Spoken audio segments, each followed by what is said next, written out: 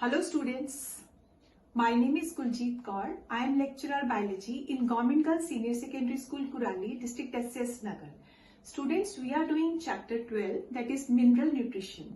As we know that minerals are required by plants for their growth and development, but they are required in optimum amount.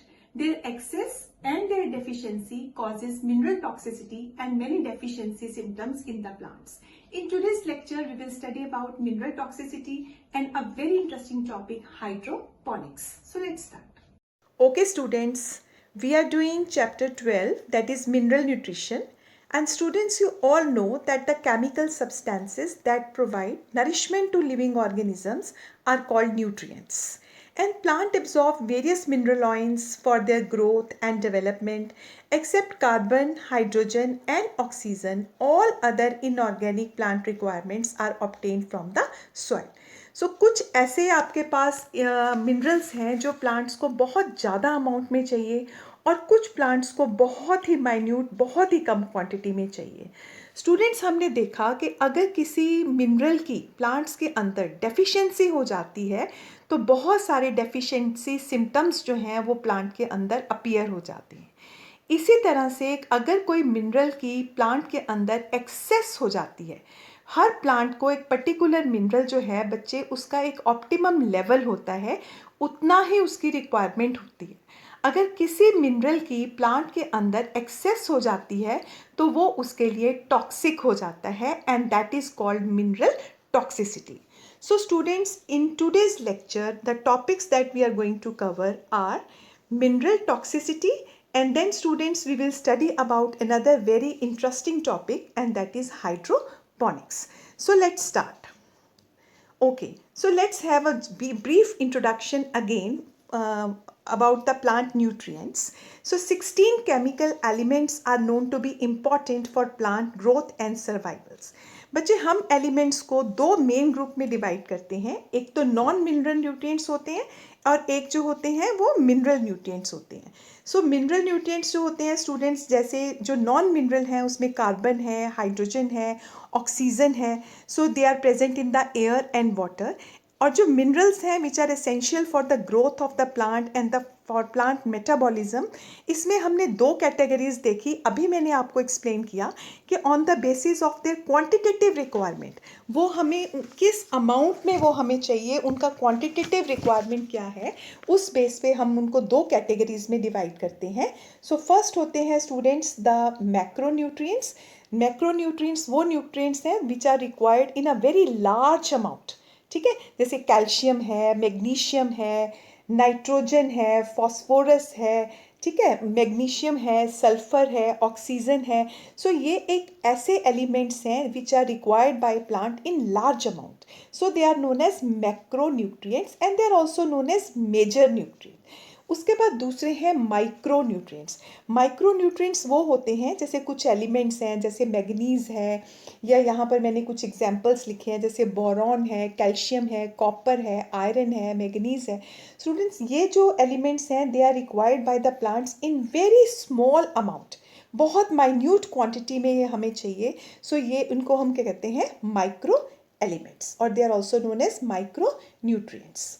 उसके अलावा students कुछ ऐसे essential nutrients भी होते हैं कि अगर किसी जो कि प्लांट को मस्ट है अपने ग्रोथ के लिए, अपना लाइफ साइकिल को कंप्लीट करने के लिए, सो अगर उसकी डेफिशिएंसी होगी या उसकी एक्सेस होगी तो वो डेफिनेटली प्लांट के लिए बहुत हार्मफुल होगा. सो स्टूडेंट्स, हम कुछ यहाँ पे एलिमेंट्स जो हैं, कुछ मिनरल्स हम वन बाय वन लेंगे और हम देखेंगे कि वो किस तरह से वो प्लांट के लिए टॉक्सिसिटी कॉज करते हैं और वो मिनरल टॉक्सिसिटी का कारण बनते हैं. सो सबसे पहले स्टूडेंट्स, हम एक मेजर मैक्रोन्यूट्रिएंट लेने जा रहे हैं, that is nitrogen. And students, जो नाइट्रोजन जो है it is a very very essential element है जो कि प्लांट को चाहिए और एक ज़्यादा अमाउंट में चाहिए, ग्रेट अमाउंट में चाहिए. ठीक है. सो एक बात और है स्टूडेंट्स कि जो ये मैक्रो न्यूट्रिएंट होते हैं नॉर्मली ये टॉक्सिसिटी कॉज नहीं करते. अगर इनकी क्वांटिटी थोड़ी सी ज़्यादा होती है, if they are present in slight excess, they are not toxic for the plants, but अगर इनका अमाउंट बहुत ज़्यादा हो जाता है देन दे बिकम टॉक्सिक। जबकि जो माइक्रो न्यूट्रिएंट्स होते हैं they causes the toxicity in the slight excess, तो उनको हमें एक ऑप्टिमम अमाउंट ही प्लांट को चाहिए। सो थोड़ा सा अगर उसमें उसका कॉन्सेंट्रेशन बढ़ जाता है तो वो प्लांट में टॉक्सिसिटी कॉज करते हैं, right. So first see let's see nitrogen. Nitrogen मैंने आपको बताया स्टूडेंट्स के नाइट्रोजन जो है वो एक एसेंशियल न्यूट्रिएंट है which is required by the plant and it is required in great amount. Particularly plant के अंदर जो मेरिस्टेमेटिक सेल्स होते हैं वहाँ पे इसकी बहुत रिक्वायरमेंट होती है, जो root and shoot tips grow करते हैं। सो उसमें नाइट्रोजन जो है वो बहुत इंपॉर्टेंट रोल प्ले करता है। अगर नाइट्रोजन की टॉक्सिसिटी हो जाती है प्लांट्स के अंदर तो हमें कैसे सिम्टम्स दिखेंगे। यहाँ पर एक डायग्राम या पिक्चर लिया है स्टूडेंट्स मैंने। डार्क ग्रीन जो फोलिएज है और जो लीव्स हैं उनका कलर जो है वो एबनॉर्मली बहुत डार्क हो जाता है, ठीक है। नॉर्मली वैसा कलर नहीं होगा, कलर जो है वो डार्क हो जाएगा। और लीफ का जो टिप है वो दैट में टर्न डाउन। तो अगर आप नॉर्मली अगर लीफ नॉर्मल हेल्दी लीफ है तो लीफ का जो टिप है स्टूडेंट्स वो इस तरह से नीचे की तरफ जो है वो फॉल कर जाती है इस तरह से। सो ये जो है टिप की फॉलिंग हम इसे कहते हैं। और जो इफेक्टेड एरियाज होंगे वहाँ पे येलो पार्ट जो है येलोइंग होनी शुरू हो जाती है। इसको हम क्लोरोसिस भी कहते हैं कि वो पार्ट जो है वो येलो होना शुरू हो जाता है। सो उसमें क्या होता है कि क्लोरोसिस में क्या होता है कि जो ग्रीन कलर है वहाँ से डिसअपियर होना शुरू हो जाएगा और येलो या वाइट तरह की कलरिंग जो है वो शुरू हो जाएगी। Next, okay. So next students जो हमारे पास आपका मैक्रो न्यूट्रिएंट है that is phosphorus, and phosphorus is absorbed by the plants from the soil and it is also a very important constituent of cell membranes, proteins and nucleic acids. So इसमें जो खास करके जो plants में जो young tissues होते हैं वहाँ पे फॉस्फोरस जो है वो रिक्वायर्ड है। और फॉस्फोरस जो है जो हमारे सेल के मेम्ब्रेन्स हैं या बहुत सारे ऑर्गेनिक मॉलिक्यूल्स हैं, एनर्जी सोर्सेज हैं, उसमें फॉस्फोरस जो है वो यूज़ होता है। अगर फॉस्फोरस का एक्सेस हो जाती है प्लांट में, उसकी टॉक्सिसिटी हम स्टडी कर रहे हैं, अगर टॉक्सिसिटी हो जाएगी तो that will interfere with the availability of copper and zinc, right. Students copper और जिंक जो है वो दोनों माइक्रो एलिमेंट्स हैं। अगर हमारे पास फॉस्फोरस जो है वो एक्सेस में हो जाएगा तो वो कॉपर और जिंक का जो उस अपटेक है, जो प्लांट को कॉपर एंड जिंक जो कि स्मॉल क्वांटिटी में चाहिए बट एसेंशियल हैं, तो उससे क्या होगा कि जो कॉपर और जिंक की डेफिशिएंसी के सिम्टम्स होंगे प्लांट्स वो सिम्टम्स शो करने शुरू कर देगा, राइट। तो उससे जो है वो जो शूट्स जो हैं वो डाई हो जाते हैं। सो कई बार जो लीव्स हैं वो डिस्टॉर्ट हो जाती हैं, लीफ में क्लोरोसिस हो जाती है या नेक्रोसिस भी होता है। What is necrosis? नेक्रोसिस होता है बटे जो सेल्स हैं या टिश्यूज़ हैं वो डाई होना शुरू हो जाते हैं। सो उसको जो है हम नेक्रोसिस बोलते हैं, ठीक है। सो नेक्रोसिस क्या होता है? डेथ हो जाती है सेल्स की, टिश्यूज़ की, ऑर्गन्स की। सो इस तरह के सिम्टम्स जो हैं ये टॉक्सिसिटी सिम्टम शो होते हैं अगर फॉस्फोरस जो है जो कि एक मैक्रो एलिमेंट है उसका एक्सेस हो जाता है। नेक्स्ट है स्टूडेंट्स हमारे पास पोटेशियम। सो पोटेशियम जो है वो भी एक बहुत ही इम्पॉर्टेंट रोल प्ले करता है एंड पोटेशियम जो है it is required in more abundant quantity in the meristematic tissue, in the buds, leaves and root tips. सो ये रीजन्स हैं खास करके मेरिस्टेमेटिक रीजन जो है या जहाँ पे डिफरेंट टिश्यूज़ जो है वो डिफ्रेंशिएट हो रहे हैं। सो वहाँ पे पोटेशियम जो है एक्चुअली इसका कोई स्ट्रक्चरल रोल नहीं है बट इसके बहुत सारे कैटालिटिक रोल्स हैं और इसलिए ये बहुत ही इंपॉर्टेंट है। पोटाशियम टॉक्सिसिटी क्या होगा? जब पोटाशियम का एक्सेस हो जाती है प्लांट्स के अंदर तो leaf tip and marginal necrosis. अभी मैंने आपको बताया नेक्रोसिस क्या होता है कि जो लीफ जो सेल्स हैं वो डेथ ऑफ द सेल्स हो जाते हैं। तो इस तरह से जैसे आप देख रहे हो आपको ये डार्क एरियाज नज़र आ रहे हैं, टिश्यू ऑर्गन की डेथ हो जाती है और ख़ास करके जो लीफ के जो टिप्स होते हैं वो फोल्ड होने शुरू हो जाते हैं और प्लांट जो है उसका जो ग्रोथ होता है वो स्टंटेड ग्रोथ शो करेगा। इवन उसमें प्री मेच्योर फॉल भी हो जाती है लीव्स की। नेक्स्ट, ओके स्टूडेंट्स, नेक्स्ट हमारे पास कैल्शियम आ गया।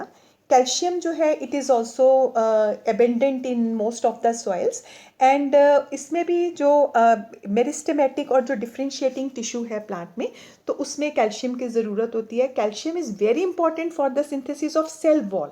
तो जब प्लांट ग्रो कर रहा है, न्यू सेल बन रहे हैं, तो सेल वॉल जब बनती है उसके सिंथेसिस ऑफ पैक्टिन की वहाँ पे सिंथेसिस होती है, तो इसमें कैल्शियम जो है वो बहुत इंपॉर्टेंट रोल जो है वो प्ले करता है। तो इसी तरह से बच्चे, अगर कैल्शियम का एक्सेस हो जाता है तो उसकी टॉक्सिसिटी होती है। नॉर्मली कैल्शियम जो है उसकी टॉक्सिसिटी जो है वो रेयर है। प्लांट्स जो हैं वो इतना ज़्यादा कैल्शियम जो है वो अपटेक नहीं करते। सो इसकी जो टॉक्सिसिटी होती है नॉर्मली प्लांट्स में क्या होता है, रेयर टॉक्सिसिटी होती है कैल्शियम की। बट अगर हो जाती है तो वो कैल्शियम जो है, हाई कैल्शियम क्या करेगा, compete करेगा मैग्नीशियम और पोटाशियम के साथ। ठीक है, सो मैग्नीशियम और पोटेशियम भी प्लांट को चाहिए। तो अगर कैल्शियम के लेवल हाई हो गए तो वो कम्पीट करता है मैग्नीशियम और पोटेशियम का। उससे क्या होता है, मैग्नीशियम और पोटेशियम जो है उनकी डेफिशिएंसीज हो जाती हैं। सो मैग्नीशियम की डेफिशिएंसी से क्या होगा, जैसे आप यहाँ पर देख रहे हो कि लीफ के ऊपर ये आपको स्पॉट्स नज़र आ रहे हैं, सारे जो हैं वो नेक्रोटिक स्पॉट्स हैं। तो इससे क्या होगा कि जो आपका क्लोरोसिस हो जाता है लीफ का, देखो येलो होने शुरू हो जाते हैं, वाइट हो जाते हैं उसके पार्ट्स।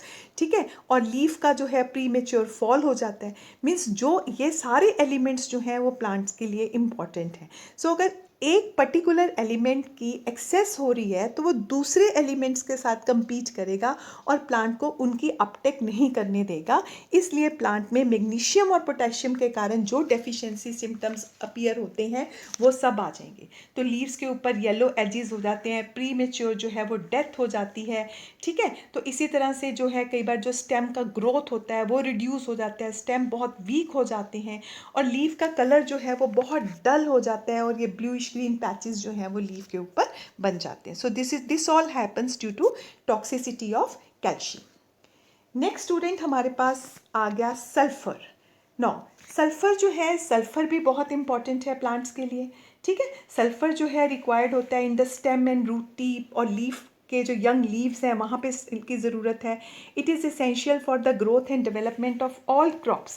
तो सल्फर जो है हमारे अमाइनो एसिड का बहुत इंपॉर्टेंट पार्ट है। ठीक है, और प्रोटीन्स के अंदर सल्फ़र है, कुछ वाइटामिन्स का भी ये पार्ट है। सो इसलिए जो सल्फ़र है, अगर सल्फ़र का एक्सेस हो जाती है तो उससे टॉक्सिसिटी हो जाएगी। टॉक्सिसिटी होने से क्या होगा, जो लीफ का साइज़ है वो रिड्यूस होगा। ओवरऑल जो प्लांट का ग्रोथ होता है वो स्टंट हो जाता है, प्लांट प्रॉपरली जो है वो ग्रो नहीं करता और leaf yellowing and scorching at the edges. अगर आप ध्यान से देखो कि लीफ के जो ये आपको टिप्स नज़र आ रहे हैं, जो एंड पॉइंट्स नज़र आ रहे हैं, यहाँ पे बर्निंग हो जाती है, लीफ जो है येलो हो जाती है और डिसकलर हो जाती है। So this happens due to toxicity of sulphur. Okay, now students, हमने काफ़ी सारे मैक्रो एलिमेंट्स देखे और मैंने अभी आपको सबसे पहले एक बात बताया कि स्टूडेंट्स जो मैक्रो एलिमेंट्स हैं वो हाई क्वांटिटी में चाहिए होते हैं और उनका अगर स्लाइट एक्सेस हो जाता है तो वो टॉक्सिक नहीं होता। ठीक है, अगर बहुत ज़्यादा एक्सेस होगा तो दूसरे एलिमेंट्स की अपटेक में प्रॉब्लम आएगी, तो उनके एक्सेस से क्या होगा, टॉक्सिसिटी डेवलप हो जाएगी प्लांट्स में। तो उससे हमने क्या क्या सिम्टम्स प्लांट शो करेगा वो हमने अभी स्टडी किए। लेकिन जो माइक्रो न्यूट्रिएंट्स है students, they are required in very small amount.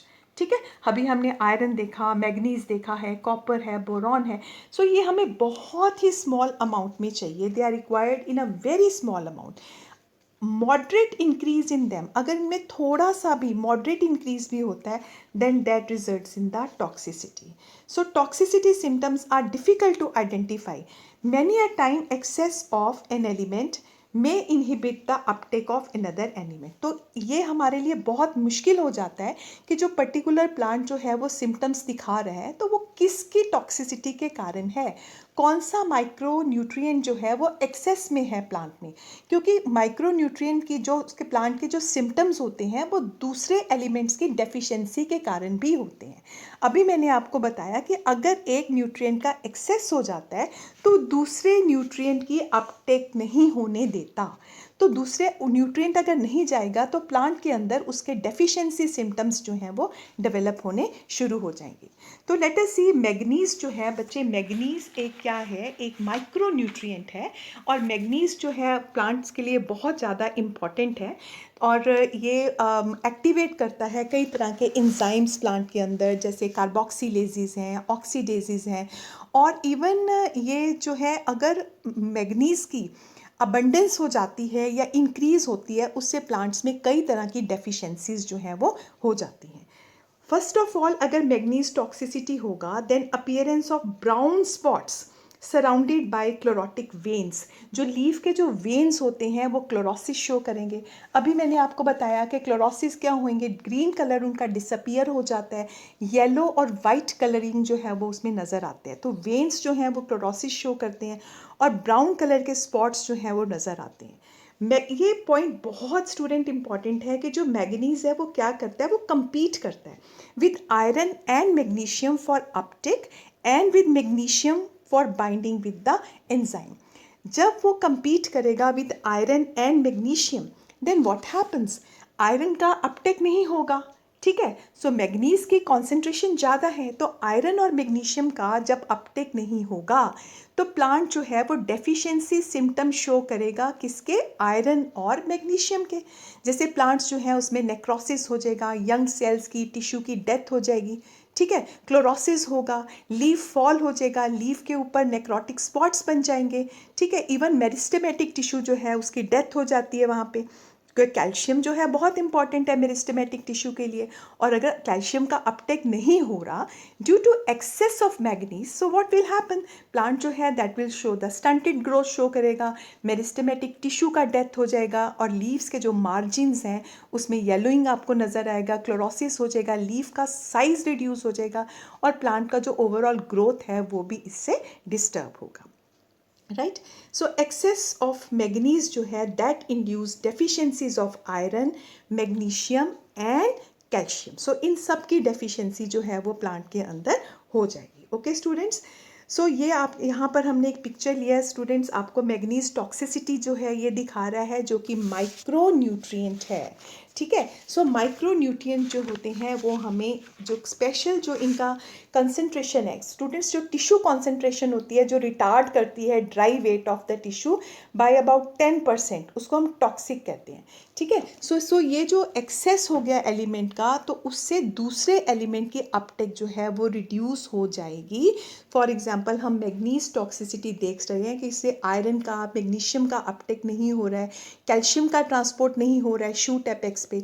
सो इसका मतलब जो मैग्नीज है वो टॉक्सिक कंसंट्रेशन जो होंगी मैग्नीज की that will lead to deficiency of, किस किस की डेफिशिएंसी करेगा, आयरन की डेफिशिएंसी करेगा, देन उसका आपका it causes the deficiency of iron, then it causes the deficiency of magnesium and it also causes the deficiency of calcium, right students? Okay, so that's all students, that was all about mineral toxicity. So I hope आपको ये topic जो है बहुत अच्छी तरह से समझ आ गया होगा स्टूडेंट। आज का हमारा जो सेकंड टॉपिक है दैट इज़ हाइड्रोपोनिक्स। हाइड्रोपोनिक्स बहुत इंटरेस्टिंग टॉपिक है, इसको हम सॉइल लेस कल्चर भी बोलते हैं, ठीक है। हाइड्रोपोनिक क्या है, it is the technique of growing plants in defined nutrient solution. हम बिना सॉइल के सॉइल लेस कल्चर कर रहे हैं, कल्टीवेशन ऑफ प्लांट्स कर रहे हैं by placing the roots in the nutrient solution, ठीक है। जब हम बिना मिट्टी के, बिना सॉइल के अपने प्लांट्स जो हैं हम एक न्यूट्रिएंट सोल्यूशन बनाते हैं, ठीक है। तो उसमें जब हम प्लांट्स को ग्रो करते हैं उसे हम कहते हैं हाइड्रोपोनिक्स। सो ये जो हाइड्रोपोनिक्स का टेक्निक है इसको डेमोन्स्ट्रेट किया जूलियस बॉन चैक ने 1860 में। वो क्या थे, एक जर्मन बॉटनिस्ट थे, और it involves the culture of plants in a soil free defined mineral solution and these methods required purified water and mineral nutrient salts. तो ये जो है बच्चे एक बहुत ही अच्छा मेथड है, क्योंकि जब हम हाइड्रोपोनिक्स करते हैं तो हम इससे हमें कौन सा प्लांट को कौन सा मिनरल चाहिए, प्लांट की जो एसेंशियलिटी जो है मिनरल एलिमेंट की, कौन सा मिनरल उसके लिए एसेंशियल है, और अगर हम उसको वो नहीं देंगे तो प्लांट जो है वो कैसे सिम्टम शो करेगा। तो ये जो टेक्निक है ये बहुत ज़्यादा यूज़फुल है, राइट। ओके स्टूडेंट्स, जो हाइड्रोपोनिक्स हैं they are use to identify essential elements. अभी मैंने आपको बताया कि कौन सा मिनरल एलिमेंट जो है वो इसेंशियल है। बिकॉज अगर बच्चे हम इसमें जब एक्सपेरिमेंट करते हैं तो जब हम अपना न्यूट्रिएंट मीडियम बनाते हैं, सपोज करो कि एक हमने दो सेटअप लिया और दोनों सेटअप में एक में हमने वो सब कुछ डाला जो प्लांट को चाहिए और दूसरे में हमने सपोज कुछ न्यूट्रिएंट्स जो हैं वो एब्सेंट कर दिए और इसमें जो है हम प्लांट्स जो हैं वो ग्रो करेंगे दोनों में। तो हम ये देखेंगे कि जिसमें कुछ न्यूट्रिएंट्स नहीं थे उसमें प्लांट्स जो है उसका ग्रोथ स्टंटेड है या प्लांट जो है वो कुछ डेफिशिएंसी सिम्टम्स शो कर रहा है। तो इस तरह से हमें पता चल जाएगा कि कौन सा मिनरल एलिमेंट जो है वो इसेंशियल है for the growth of the plant, because उसके डेफिशिएंसी सिम्टम्स अपीयर होंगे और due to non availability of that particular nutrient, जो पर्टिकुलर न्यूट्रिएंट हमने नहीं दिया तो उसके डेफिशिएंसी सिम्टम्स जो हैं वो प्लांट के अंदर डेवलप हो जाएंगे। या हम ऐसे भी कर सकते हैं कि किसी सेटअप में हम कोई पर्टिकुलर न्यूट्रिएंट जो है वो एक्सेस में डाल सकते हैं। तो अभी मैंने बताया आपको कि टॉक्सिसिटी हो जाती है। सो इस तरह से हम किस मिनरल की कोई माइक्रो एलिमेंट है या मैक्रो एलिमेंट है तो किस तरह से उसकी टॉक्सिसिटी हो रही है वो भी हम इजीली इससे हम फाइंड आउट कर सकते हैं। सो हाइड्रोपोनिक्स या सॉइललेस कल्चर जो है वो हमें हेल्प करते हैं इन नोइंग कि कौन सा मिनरल एलिमेंट इसेंशियल है या कौन सा मिनरल एलिमेंट के एब्सेंट होने से कौन से डेफिशिएंसी सिम्टम्स डेवलप होंगे या टॉक्सिसिटी कौन सी होगी जब element is present in the excess. और इससे बच्चे हमें पॉसिबल इंटरेक्शन भी पता चल जाती है among the different elements that are present in the plants, और हमें ये भी पता चल जाता है कि कौन सा एलिमेंट जो है वो रिक्वायर्ड है, उसका क्या रोल है in the metabolism of the plant. So this technique is very useful. So this is cultivation of plants by placing the roots in the nutrient solution and it is called hydroponics. So hydroponics में जो plants के roots जो होते हैं उनको हम एक aerated nutrient solution बनाते हैं, उसमें हम इमर्स कर देते हैं और एलिमेंट्स को हम ऐड कर सकते हैं, रिमूव कर सकते हैं, उसकी कॉन्सेंट्रेशन चेंज कर सकते हैं। अभी मैंने आपको ये क्लियर करा कि इससे हमें उसकी डेफिशिएंसी या उसकी नीड या उसकी टॉक्सिसिटी के बारे में पता चल जाता है। जो हाइड्रोपोनिक्स है ये हम सक्सेसिवली यूज़ किया, इस टेक्निक को हमने कमर्शियली हम इसको यूज़ किया। इससे हमें टमाटोज़ हैं, जैसे सीडलेस कुकम्बर्स हैं, उसके बाद लेट्यूस हैं, उसके बाद कई तरह के जो ड्रग प्लांट्स हैं वो भी हमें जो हैं वो इस टेक्निक से मिले, राइट। सो इसमें ये जो है इसमें जो हम रूट्स होते हैं उसको हम क्या करते हैं, एक न्यूट्रिएंट जो मीडियम हमने बनाया उसके अंदर हम रूट्स को एक्सपोज करते हैं। So let's try to study this diagram. बच्चे ये आपका एनसीईआरटी का डायग्राम है। सो इसमें हमने क्या किया स्टूडेंट्स, यहाँ पर हमने एक कंटेनर लिया है और उसमें हमने न्यूट्रिएंट सोल्यूशन बनाया, ठीक है। न्यूट्रिएंट सोल्यूशन के अंदर यहाँ पर हमने एयरेटिंग ट्यूब रखी है कि जो उसमें कॉन्टिन्यूस एयर सप्लाई रहेगा। देन यहाँ पे फनल है जिससे कि हम वाटर ऐड कर सकते हैं which is rich in the nutrients, और प्लांट जो है यहाँ पे ग्रो हो रहा है और प्लांट्स के जो रूट्स हैं they are embedded in the nutrient solution, ठीक है। सो बिना सॉइल के हम प्लांट्स को जो है वो ग्रो कर रहे हैं इस मीडियम के अंदर। सो ये जो टेक्निक है ये बहुत यूज़फुल है, इसे हम सॉइललेस कल्चर भी कहते हैं और इसे हम this is also known as hydroponics, right. So hydroponics के साथ बच्चे हम बहुत सक्सेसफुली हमने इस टेक्निक को यूज़ करा है। कमर्शियल प्रोडक्शन में, हॉर्टिकल्चर में हम इसको यूज़ करते हैं, वेजिटेबल्स की प्रोडक्शन में, जैसे मैंने आपको बताया टमाटो है या सीडलेस कुकम्बर्स हैं, और भी बहुत सारे वेजिटेबल्स हैं जो हाइड्रोपोनिक्स टेक्निक्स जो हैं इससे प्रोड्यूस हो रहे हैं। सो यहाँ पर what can we grow, hydroponics के साथ हम क्या ग्रो करते हैं, जैसे स्ट्रॉबेरीज हैं, तो कुछ फ्रूट्स हम इससे ग्रो कर सकते हैं, टमाटोज़ हैं, देन ब्रोकलीज जो हैं, ब्रोकली वो भी हाइड्रोपोनिक्स के साथ प्रोड्यूस की जा रही है, और इसके साथ जो है जैसे सीडलेस कुकम्बर्स हैं। सो बच्चे ये टेक्निक जो है वो बहुत ज़्यादा इम्पॉर्टेंट है क्योंकि इससे जो हम नॉर्मल प्लांट सॉइल में ग्रो करते हैं तो उससे जो है इसके बहुत सारे बेनिफिट्स हैं। So let's study the various advantages of hydroponics and disadvantages also. So what are the advantages? Advantages means higher yield. हमारे पास हमें बहुत कम स्पेस यूज़ करना पड़ा और उस कम स्पेस में जो यील्ड है वो ज़्यादा मिल रही है। न्यूट्रिएंट्स जो हैं वो प्रिसाइजली कंट्रोल हम कर सकते हैं। मैंने अभी आपको बताया कैसे हम न्यूट्रिएंट्स को कंट्रोल करके, उनको डिलीट करके, उनकी एक्सेस करके हम सिम्टम्स, उनकी डेफिशिएंसी, उनकी टॉक्सिसिटी और कौन सा न्यूट्रिएंट्स किस पर्टिकुलर प्लेस पे, किस पर्टिकुलर सिचुएशन में प्लांट को रिक्वायर्ड है वो हम कंट्रोल कर सकते हैं। और इससे जो पेस्ट और डिजीज़ एलिमिनेट हो सकते हैं, प्लांट्स जो हैं वो जल्दी ग्रो करते हैं, हेल्दी होते हैं, बिकॉज सारी सिचुएशन जो है सब कुछ हम स्टरलाइज्ड सेटअप लेते हैं, किसी तरह की कॉन्टेमिनेशन उसमें नहीं होता, तो हम इसको जो है वो माइक्रो फ्री रख सकते हैं। सो प्लांट्स जो होते हैं वो हेल्दी प्रोड्यूस होंगे।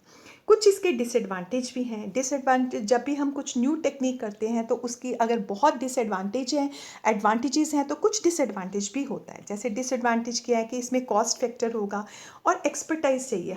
हर पर्सन जो है वो हाइड्रोपोनिक्स नहीं कर सकता, तो एक्सपर्ट चाहिए, जो क्योंकि हमें सारे न्यूट्रिएंट्स जो हैं वो वे करने हैं, प्लांट्स को स्टडी करना है कि कौन से न्यूट्रिएंट्स की डेफिशिएंसी से क्या हो रहा है, तो इसमें एक्सपर्ट जो है पर्सन है वो ही करेगा। कॉस्ट फैक्टर भी है, तो कुछ बार कई बार वाटर बॉर्न डिजीजेज इससे आ जाती हैं, क्योंकि हम जो है वो जो न्यूट्रिएंट सोल्यूशन बनाते हैं तो उसमें अगर प्रॉपर प्रिकॉशंस नहीं लेंगे तो कई बार कुछ वाटर बॉर्न डिजीजेज जो हैं वो स्प्रेड हो जाती हैं rapidly in the recirculation system. Okay students, so that's all about hydroponics. Students, आज हमने दो बहुत इंपॉर्टेंट चैप्टर स्टडी किए। फर्स्ट इज मिनरल टॉक्सिसिटी, जिसमें हमने देखा कि मिनरल्स जो हैं they are required by the plants in large amount and in small amount, और जो लार्ज अमाउंट में रिक्वायर्ड हैं दैट आर मैक्रो एलिमेंट्स। अगर वो थोड़ा सा उनका अमाउंट बढ़ जाता है तो टॉक्सिसिटी नहीं होती, बट अगर वो जिस अमाउंट में प्लांट को चाहिए उससे बहुत ज़्यादा एक्सीड हो जाता है then also results in the toxicity. और एक मिनरल का एक्सेस दूसरे मिनरल की अपटेक के लिए एक प्रॉब्लम क्रिएट कर देता है। देन हमने माइक्रो न्यूट्रिएंट्स देखे कि micro nutrients they are required by a plant in a very small, very little amount, तो उनकी अगर स्लाइट एक्सेस भी हो जाता है तो that causes toxicity. And for example iron है या मैग्नीज है या कॉपर है, ठीक। Then we studied the second interesting topic that is hydroponics, how we can cultivate the plants by placing the roots in the nutrient solution. So students, here are few revision questions for your practice. I hope topic is very clear to you and I'm very sure that you would be able to attempt all these questions. So students, यहाँ पे हमने कुछ questions आपके लिए हैं. What are macronutrients? Give few examples. So you know, we have given you so many examples of macronutrients and micronutrients. Second, what are micronutrients? Give few examples. What do you mean by mineral toxicity? Sometimes due to excess of an element, uptake of element may be reduced. So कई बारी किसी element की excess से दूसरे element का uptake reduce हो जाता है. Student, is it true or false? Then deficiency and excess of mineral nutrients जो है, अगर किसी भी मिनरल न्यूट्रिएंट का डेफिशिएंसी होता है और एक्सेस होता है तो वो प्लांट्स के लिए हार्मफुल है. इज इट ट्रू और false? And last question is what is hydroponics? So that's all students. Thank you very much for watching today's chapter, today's topics, which were mineral toxicity and hydroponics. So I'm sure all these two topics are very, very clear to you. Thanks for watching. Have a nice day.